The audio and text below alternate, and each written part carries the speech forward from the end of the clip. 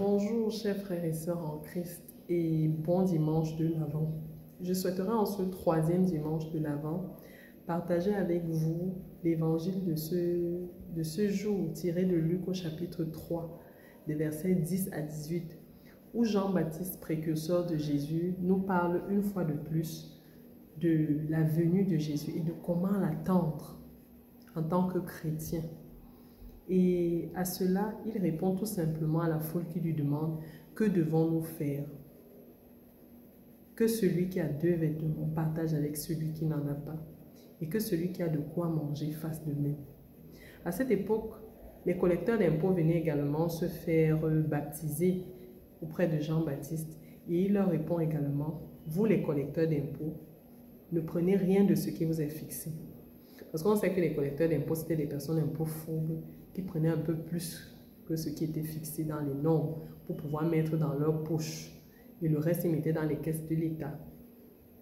Il répond également aux soldats, parce que les soldats également venaient se faire baptiser. Il leur répond tout simplement, ne faites du tort à personne, ni de violence à personne. On sait qu'un soldat, c'est quelqu'un qui est censé protéger la population, donc forcément, il peut avoir main d'homme. Mais que ce ne soit pas mort d'homme autant pour moi, mais que ce ne soit pas de manière intentionnelle. Donc, lorsque nous voyons les réponses de Jean-Baptiste, nous constatons et nous comprenons que tout tourne autour de l'amour, l'amour du prochain.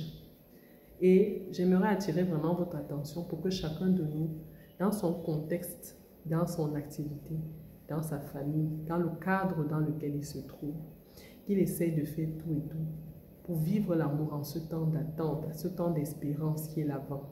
Parce que Jésus lui-même vient en premier et il se fait petit enfant pour nous par amour.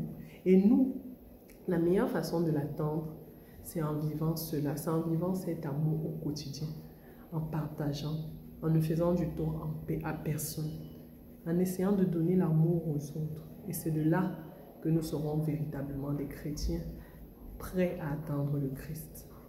Alors je vous exhorte vraiment, en ce troisième dimanche de l'Avent, à préparer ce temps, non pas seulement dans les fêtes, les festivités qui nous sont proposées, le poulet fumé, le porc fumé qu'on va manger, les jouets qu'on va acheter aux enfants, mais que ce soit véritablement un temps pour nous, dans l'amour, l'espérance, et Dieu fera le reste. Je vous souhaite un bon dimanche et une bonne début de semaine.